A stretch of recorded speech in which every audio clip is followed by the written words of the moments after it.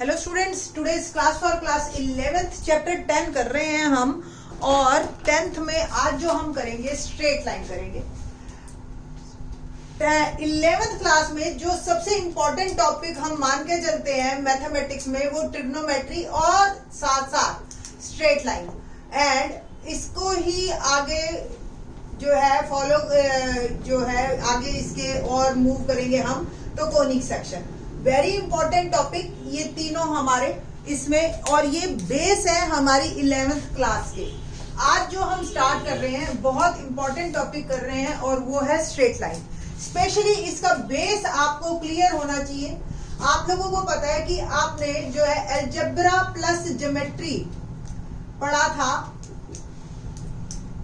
और इसको हमने जो है नाम दिया था अलजेब्रा प्लस ज्योमेट्री का हमारा एनालिटिकल ज्योमेट्री। एनालिटिकल ज्योमेट्री इसमें आपने क्या किया था, पूरा एनालिसिस और ज्योमेट्री हम करके, और कोऑर्डिनेट ज्योमेट्री इससे हमने बात की थी। अलजेब्रा मतलब सपोज कोई एक इक्वेशन है 2x + 3y = 7, और ज्योमेट्री से आपने इसको एक स्ट्रेट लाइन में बदल दिया था विद द हेल्प ऑफ, आपने याद हो 9th क्लास में हमने सीखा था टेबल ड्रॉ करना। सपोज x की वैल्यू आपने 2 डाली, y की वैल्यू 1 डाली, तो ये एक इसका सॉल्यूशन हो गया था, है ना। तो ये जो है आपका अलजेब्रा प्लस ज्योमेट्री हमारी बन गई थी एनालिटिकल ज्योमेट्री, एनालिसिस और इस पे सारा है। और इसी को ही आगे फॉरवर्ड जो हमने किया था वो किया था कोऑर्डिनेट ज्योमेट्री 10th क्लास में। कोऑर्डिनेट ज्योमेट्री में हमने क्या क्या किया था, सपोज कोई दो पासिंग पॉइंट हमें पता है तो हम जो है उसके बीच में डिस्टेंस निकाल सकते थे बाय डिस्टेंस फॉर्मूला। क्या होता है distance formula? √x2 - x1 whole square plus y2 - y1 whole square. Further इसके बाद हमने किया था सेक्शन फॉर्मूला। सेक्शन फॉर्मूला क्या था, सपोज एक स्ट्रेट लाइन है AB और उसको R एक इंटरनली कट कर रहा है, और having ratio m1 m2, A के कोऑर्डिनेट x1 y1, B के कोऑर्डिनेट x2 y2 और R के कोऑर्डिनेट अगर xy है तो x का formula m1 x2 plus m2 x1 upon m1 plus m2। Same y m1 y2 plus m2 y1 upon m1 plus m2। ये हम section formula करके चुके हैं। अब जो है और इससे रिलेटेड और हमने क्या किया था, area of triangle. Area of triangle का फॉर्मूला भी, if we have to given x1 y1 3 vertices of a triangle ABC, तो area of this triangle is 1/2 mod x1 y2 minus y3 plus x2 y3 minus y1 plus x3 y1 minus y2। ये आपकी triangle ABC और ये 3 vertices, और ये सारा हमने recall किया 10th क्लास का। तो 10th क्लास में हमने कोऑर्डिनेट ज्योमेट्री के नाम पे ये पढ़ा है। आज जो हम नया करेंगे जो स्ट्रेट लाइन, वो तो हमारे नेक्स्ट जो एक्सरसाइज है उससे रिलेट करेगी, बट उससे पहले हमें कुछ एक टर्म्स क्लियर होनी चाहिए। पहला जो सबसे इंपॉर्टेंट वर्ड है डेफिनेशन, जिसको आप कहो पहली डेफिनेशन, वो है slope of line. Slope of line निकालने पहले तो होता क्या है ये बताते हैं, फिर उसके बाद बताएंगे कि ये कैसे निकालते हैं, हाउ टू फाइंड इट। ठीक, तो slope of A line is angle if the angle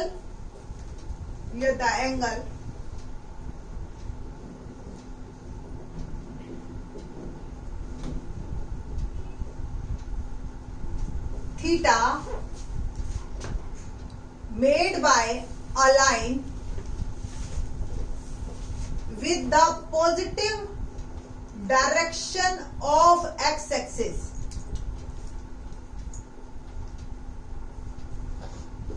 then tan theta is called slope of the line. Slope of a line. Suppose ये एक लाइन है, ठीक है, और ये आपका ओरिजिन और ये हमारा एक्स एक्सिस और ये वाई एक्सिस,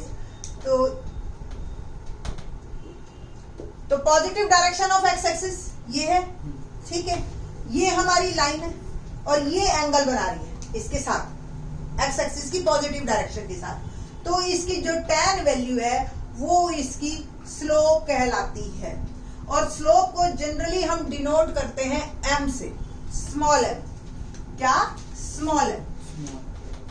तो स्लोप ऑफ ए लाइन बहुत इंपॉर्टेंट है इक्वेशंस को निकालने के लिए।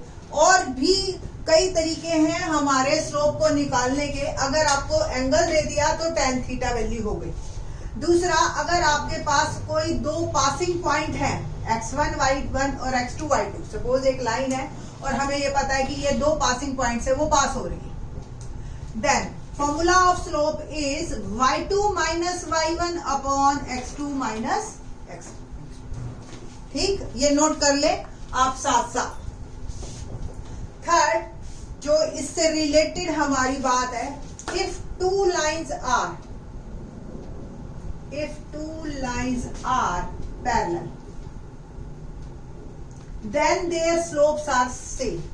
क्यों, आपको पता है अगर कोई दो लाइन, देखो ये पैरेलल है, दोनों एक्स एक्सिस की पॉजिटिव डायरेक्शन के साथ सेम एंगल बनाएगी, तो स्लोप भी सेम होगा।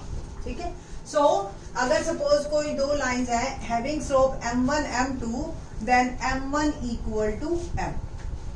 The next one, if two lines are perpendicular to each other, if we have two lines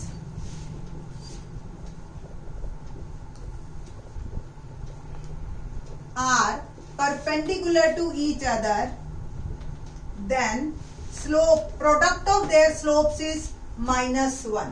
suppose एक लाइन है L और एक लाइन है M, इसके ऊपर परपेंडिकुलर, ठीक है जी। तो इसका स्लोप m1, इसका स्लोप m2, तो m1 m2 का प्रोडक्ट हमेशा -1 आएगा। अगर सपोज कोई दो लाइन आपको परपेंडिकुलर दे रखी है और एक का स्लोप दे रखा है, तो दूसरे का भी आप निकाल सकते हो with the help of this formula. और आप कोई दो लाइंस को परपेंडिकुलर प्रूव भी कर सकते हो अगर आप ये फॉर्मूला लगा दो। ठीक है जी, तो इस तरीके से ये आपके कुछ फॉर्मूले हैं जिस पे बेस्ड ये हमारी एक्सरसाइज पूरी की पूरी होल्ड करती है। एक और इंपॉर्टेंट है कि if two lines having some angle, देखो ये दो लाइंस हैं जो एक दूसरे को इंटरसेक्ट कर रही हैं, ठीक है जी। अब एंगल, दोनों के बीच में एंगल, कोई स्टूडेंट ये कह सकता है कि ये भी एंगल है, बट हम एक्यूट एंगल को ही एंगल मानते हैं। दूसरा तो ऑब्वियस ऑब्ट्यूज होगा, क्योंकि दो लाइन इंटरसेक्ट कर रही हैं सम 180, तो एक थीटा तो एक 180 माइनस थीटा, डेफिनेटली एक एक्यूट तो दूसरा ऑब्ट्यूज। तो एक्यूट वाले को ही हमने एंगल मानना है, चाहे वो ये बने चाहे वो ये बने। और आपको अगर दोनों के स्लोप्स पता हैं तो आप इन दोनों के बीच का एंगल निकाल सकते हैं। Formula tan theta m1 minus m2 1 plus m1 m2। Mod जो है वो शो कर रहा है कि m1 m2 में से कोई भी बड़ा हो, सबट्रैक्ट करके अल्टीमेटली जो भी है वो पॉजिटिव आंसर देना है आपने, यानी कि बड़े में से छोटे को घटाना है। मॉड लगने से आपकी जो tan थीटा की वैल्यू है वो पॉजिटिव आएगी, यानी कि theta is in first quadrant, और tan थीटा फर्स्ट क्वाड्रेंट में पॉजिटिव होता है ना, ऐड शुगर टू कॉफी, और सेकंड क्वाड्रेंट में नेगेटिव होता है, तो हम नेगेटिव वैल्यू को कंसीडर ही नहीं कर रहे। दैट्स व्हाई मैंने आपको कहा कि अगर हम कोई दो लाइंस के बीच में एंगल निकालते हैं तो theta must be acute one, उसी को ही कंसीडर करेंगे दो लाइंस के बीच का एंगल। तो ये सारे फॉर्मूले थे, इन पे बेस्ड हम एक्सरसाइज स्टार्ट करते हैं। Exercise 10.1 question number 1, let's see.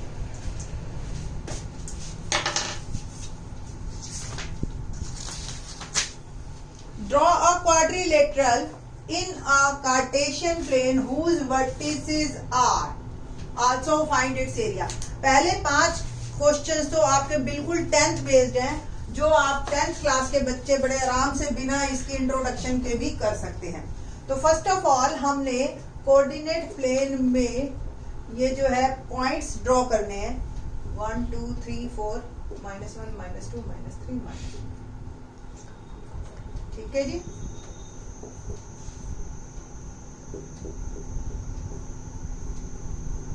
तो पहला पॉइंट है -4 और 5। रेंडमली ले लीजिए, बहुत ज्यादा एग्जैक्ट नहीं लेने की जरूरत। 0 7 0 7। The next one is 5 -5। ये 5 और 1 2 3 4 5। 11th क्लास में आई थिंक सो मुझे ये ज्यादा एक्सप्लेन करने की जरूरत नहीं है कि कहाँ कहाँ क्या पॉइंट्स है, ये आप लोगों को सारों को अच्छी तरह से। -4 और -2 ये हमारे 4 पॉइंट्स हैं,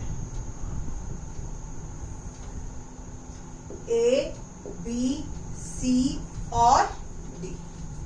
आपको इसका एरिया बताना है। अब आप लोगों को पता है एरिया निकालने के लिए हम इसको 2 पार्ट में डिवाइड कर दें और 2 ट्रायंगल बन गई। दोनों ट्रायंगल्स का एरिया निकालेंगे और फिर दोनों का एरिया ऐड करेंगे।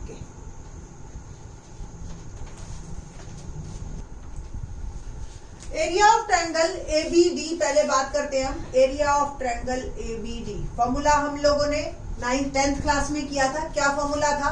1/2 mod x1 y2 minus y3 plus x2 y3 minus y1 plus x2 plus x3 y1 minus y2 और ये मॉड कंप्लीट।